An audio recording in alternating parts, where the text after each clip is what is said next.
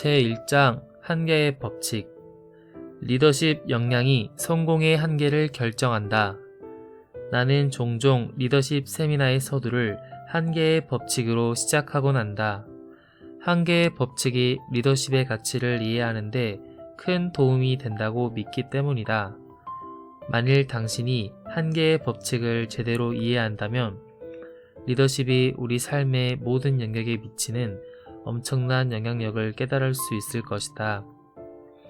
한계의 법칙이란 한마디로 리더십 역량이 한 사람의 성공 수준을 결정하는 덮개라는 뜻이다.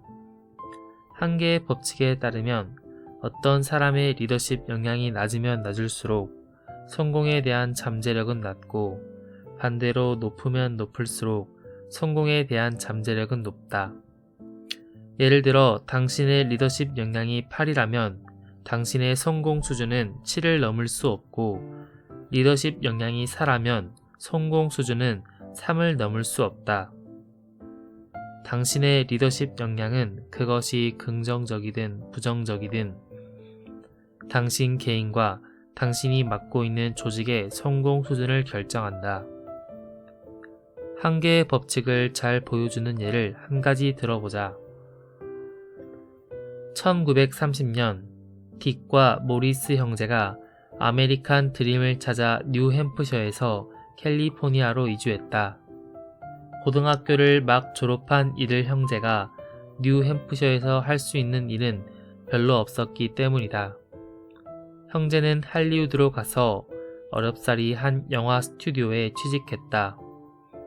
그러나 이들은 얼마 지나지 않아 그곳을 떠나기로 결심했다. 자신들이 원하는 사업을 하고 싶은 열망이 가득했기 때문에 평소에 관심이 있던 엔터테인먼트 사업을 하기로 결정한 것이다. 이들은 할리우드에서 북쪽으로 8km 떨어진 글렌데일이라는 조그만 도시에 극장을 개관했다. 그러나 온갖 노력에도 불구하고 사업은 순조롭지 못했다. 극장을 운영하던 4년 내내 건물 주인에게 매달 내는 임대료 $100도 제대로 내지 못할 정도였다. 새로운 기회. 하지만 딕과 모리스 형제는 성공하고자 하는 욕구가 대단히 컸다. 극장 사업에서 고전하고 있는 동안에도 계속해서 새로운 사업 기회를 찾았다. 1937년 드디어 그들에게도 행운이 찾아왔다. 글렌데일의 동쪽에 위치한 파사데나라는 곳에 자그마한 드라이브인 식당을 열게 된 것이다. 그 당시 남부 캘리포니아 사람들은 자동차에 많이 의존하게 되었는데 그러한 변화는 그곳의 문화와 사업에도 큰 영향을 미쳤다. 드라이브인 식당은 1930년대 초반에 갑자기 나타난 현상으로 사람들에게 대단히 큰 인기를 끌었다. 사람들은 식당 안에서 밥을 먹기보다는 주차장에 차를 주차시키고 차 안에서 주문을 하고 음식을 먹었다. 종업원들은 사기 접시에 음식을 담고 유리컵에 음료수를 넣어 철제 포크, 나이프와 함께 서빙을 해주었다. 드라이브인 식당은 빠르게 변모하는 사회, 자동차의 증가 등의 시대 상황에 잘 맞아떨어지는 아이디어였다. 이 드라이브인 식당이 큰 성공을 거두자 1940년 형제는 사업 장소를 파사데나에서 샌버너디로 옮기기로 결정했다. 로스앤젤레스에서 동쪽으로 80km 떨어진 곳에 위치한 신흥도시로 주로 근로자 계층이 거주하는 곳이었다. 형제는 식당 규모를 키우고 기존의 핫도그, 감자튀김, 쉐이크 등의 메뉴에 쇠고기 바비큐, 돼지고기 샌드위치, 햄버거 등을 추가했다. 사업은 폭발적으로 성장해서 연간 매출이 $20만 달러에 이르렀다. $5만 달러에 달하는 순이익은 형제가 나눠 가졌다. 당시 그 정도 소득이면 경제적으로 최상류층에 속했다. 1948년 그들은 세상이 변하고 있다는 것을 직감하고 자신들의 식당 사업에 다시 수정을 가했다. 차 안에 있는 고객들에게 가서 주문을 받는 종업원 제도를 없애고 대신 고객들이 식당에 들어와 주문을 하는 시스템으로 바꾼 것이다. 그 외의 것들도 효율적으로 바꿨다. 사기 접시, 유리컵, 철제 포크와 나이프도 종이 재질로 바꿨다. 이렇게 생긴 원가 절감 효과는 곧 가격 인하로 이어졌다. 형제는 또 스피디 서비스 시스템을 도입했다. 주방을 마치 공장의 조립 라인처럼 만든 것이다. 그래서 종업원들의 서비스와 함께 속도에도 관심을 기울이게 했다. 이들의 목표는 고객의 주문을 받으면 30초 이내에 음식을 제공하는 것이었다. 변화는 큰 성공으로 이어졌다. 1950년대 중반 연간 매출은 35만 달러, 순이익도 매년 10만 달러에 이르렀다. 이 형제는 과연 누구일까?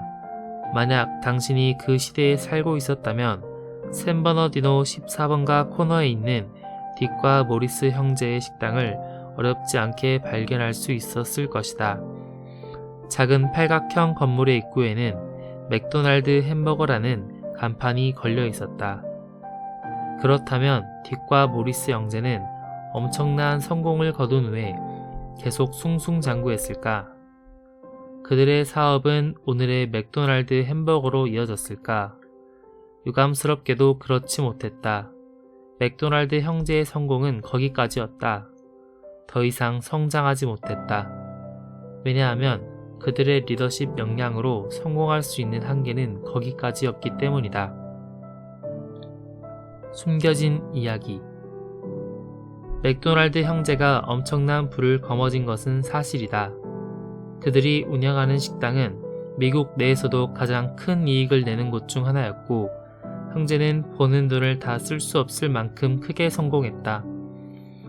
그들은 고객 서비스와 주방 시스템을 만드는 데 뛰어난 재능을 발휘했고, 그 결과 새로운 서비스 시스템을 고안해낼 수 있었다. 그들의 독특한 시스템은 식음료 업계에도 널리 알려져서 많은 사람들이 그 방법을 배우기 위해서 전국 각지에서 찾아들었다. 유명세 덕분에 매달 300건에 달하는 전화와 편지를 받기도 했다. 그 즈음 맥도날드 형제에게 새로운 아이디어가 하나 떠올랐다. 자신들이 고안한 시스템을 팔아보면 어떨까 하는 것이었다. 사실 식당을 프랜차이즈화하는 것은 이미 몇십 년 전부터 이용되던 것으로 그리 새로운 아이디어는 아니었다. 그러나 이들은 이 아이디어를 잘만 활용하면 직접 많은 돈과 노력을 들여 식당을 열지 않아도 많은 돈을 벌 수 있을 것이라고 생각했다. 1952년 드디어 새로운 프랜차이즈 사업을 시작했다. 그러나 결과는 처참했다. 이유는 간단했다. 큰 사업을 진행하는 데 필요한 리더십이 부족했던 것이다. 맥도날드 형제가 성공한 식당 운영자였던 것은 분명한 사실이다. 그들은 식당을 경영하고 시스템을 효율적으로 만들며 비용을 절감하고 이익을 많이 내는 방법에 대해서는 잘 알고 있었다. 바꾸어 말하면 그들은 유능한 관리자였던 것이다. 그러나 훌륭한 리더는 아니었다. 그들의 사고방식은 더 큰 성장을 가로막는 덮개, 즉 걸림돌이 되었다. 성공의 정점에서 맥도날드 형제는 한계의 법칙에 발목을 잡히고 말았다.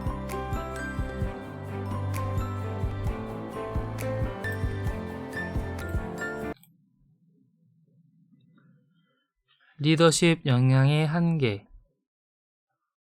1954년 맥도날드 형제는 레이 크록이라는 사람과 인연을 맺었다. 크록은 밀크쉐이크 기계를 파는 작은 회사를 설립해 운영하고 있었는데, 맥도날드 형제의 식당은 그의 가장 중요한 고객 중의 하나였다.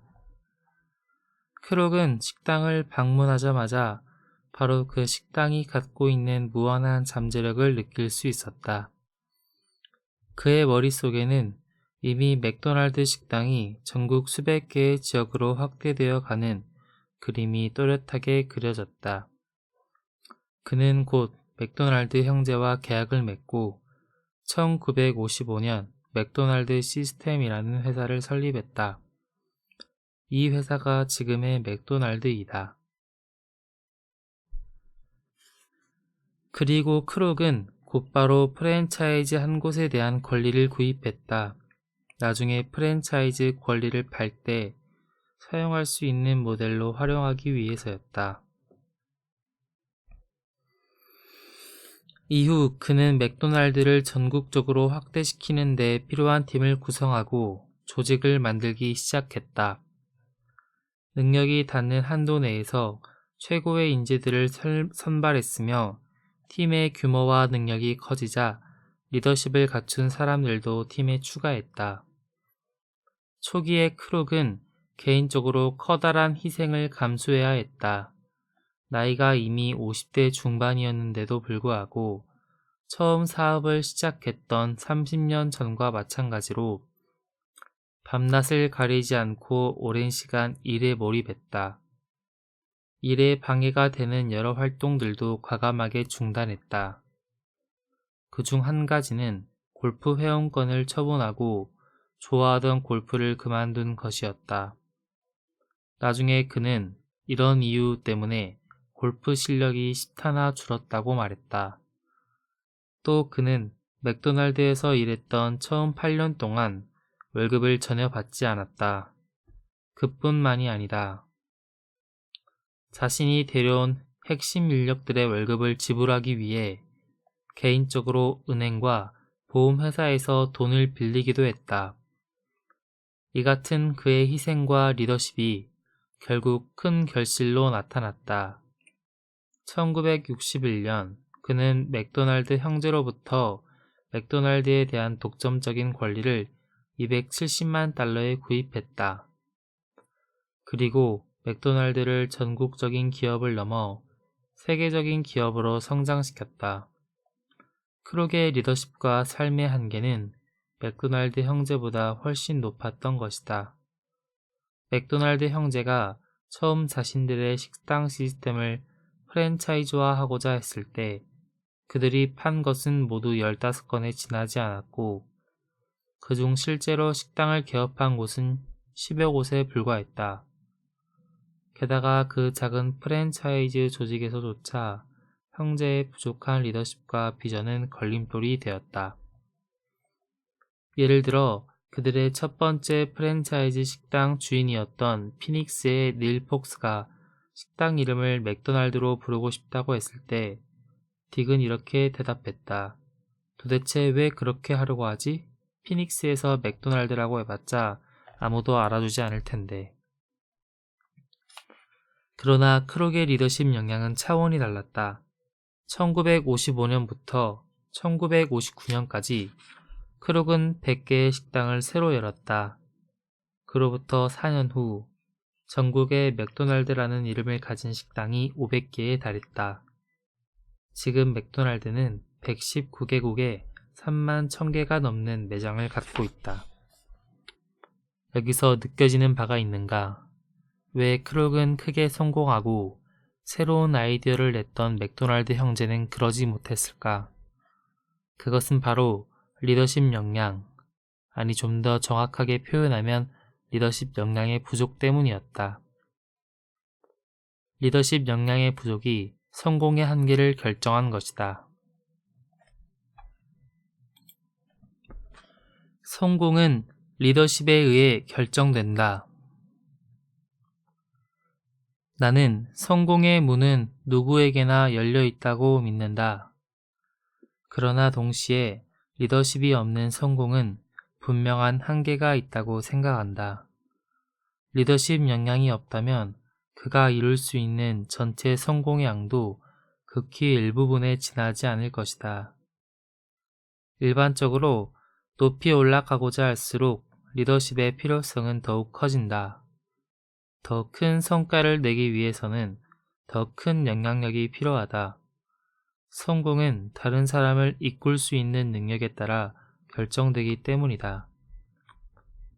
내가 말하고 싶은 것을 그림으로 표현해보면 다음과 같다. 예를 들어 개인의 노력을 1에서 10 중에서 8이라고 가정해보자. 8은 꽤 높은 점수다. 내가 보기에 맥도날드 형제도 아마 그 정도였을 것이다. 그런데 리더십 역량은 그보다 훨씬 떨어진다고 생각해보자.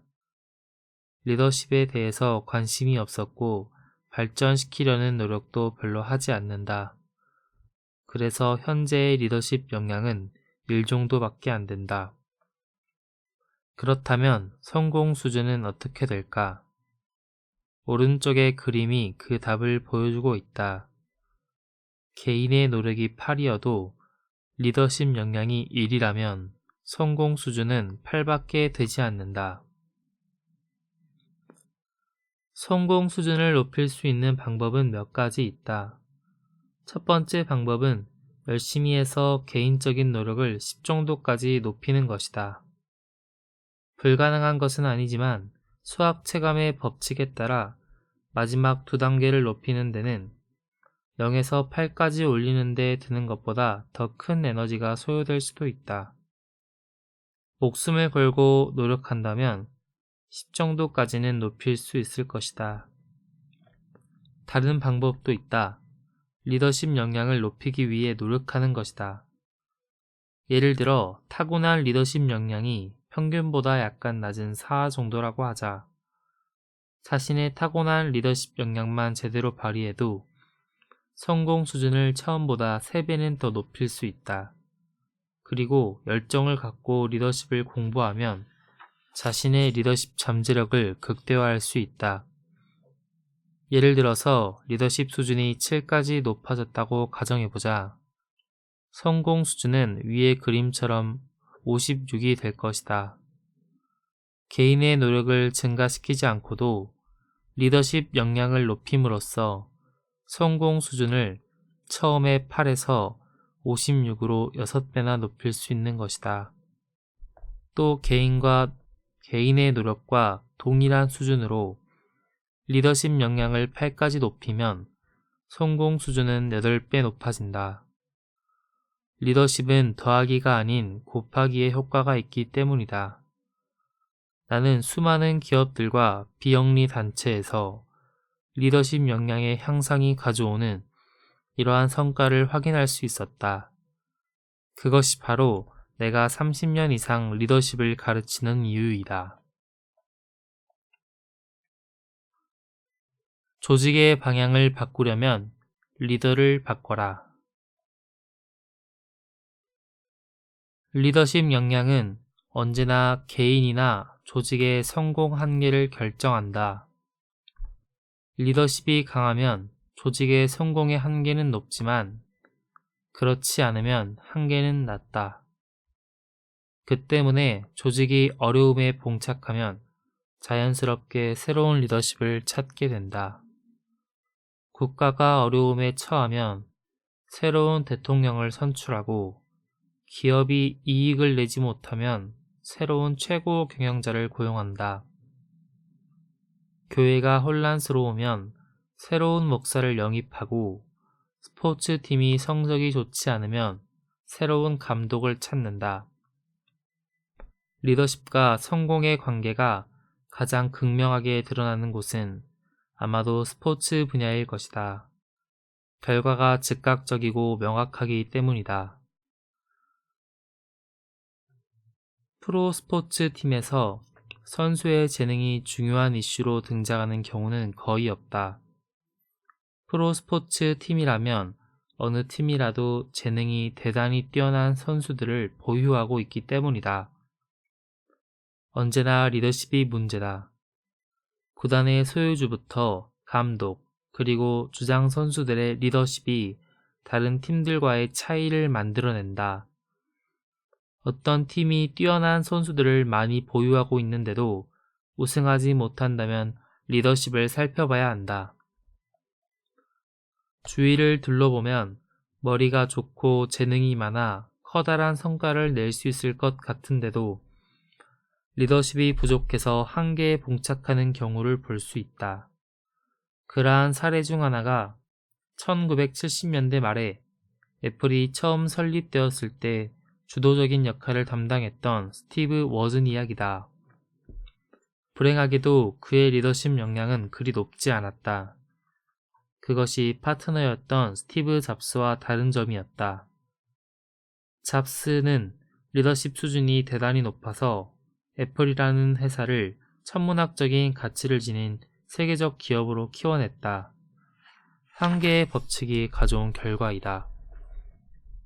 1980년대에 나는 글로벌 호스피텔리티 리소시스의 회장 돈 스티븐슨을 만났다. 그 회사는 호텔과 관광 등 호스피텔리티 업무에 대해서 자문과 컨설팅을 해주는 세계적인 기업이었다. 점심을 먹으면서 그에게 회사에 대해 말해달라고 부탁했다. 지금은 주로 컨설팅을 하지만 당시에는 주로 경영이 어려워진 호텔이나 리조트를 인수해서 경영하는 것을 주업으로 하고 있었다. 남캘리포니아의 라코스타 리조트와 같은 여러 유명 시설들이 바로 그 회사에서 관리하는 곳이었다. 스티븐슨 회장은 새로 호텔이나 리조트를 인수하면 가장 먼저 하는 일이 두 가지 있다고 했다. 첫째는 고객들에 대한 서비스 수준을 높이기 위해서 전 직원을 교육시키는 것이고, 둘째는 리더를 해고하는 것이다. 리더를 해고한다는 말은 의외였다. 내가 물었다. 항상 리더를 해고하십니까? 예외는 없나요? 그렇습니다. 항상 해고합니다. 괜찮은 리더인지 알아보기 위해서 한번 만나보지 않나요? 그럴 필요가 없습니다. 만일 그 사람이 유능한 리더였다면 회사가 그렇게 어려워질 리가 없으니까요. 나는 속으로 역시 한계의 법칙이 작용하는구나라고 생각했다. 높은 성과를 내려면 어떤 방식으로든지 리더십 역량의 수준을 높여야 한다. 좋은 소식은 리더를 해고하는 것만이 유일한 해결책은 아니라는 것이다. 나는 리더십 세미나를 할 때마다 리더십을 제약하는 한계가 있다는 것과 함께 그 한계를 끌어올릴 수 있다고 이야기한다. 이는 앞으로 다른 리더십 법칙에서 이야기할 것이다.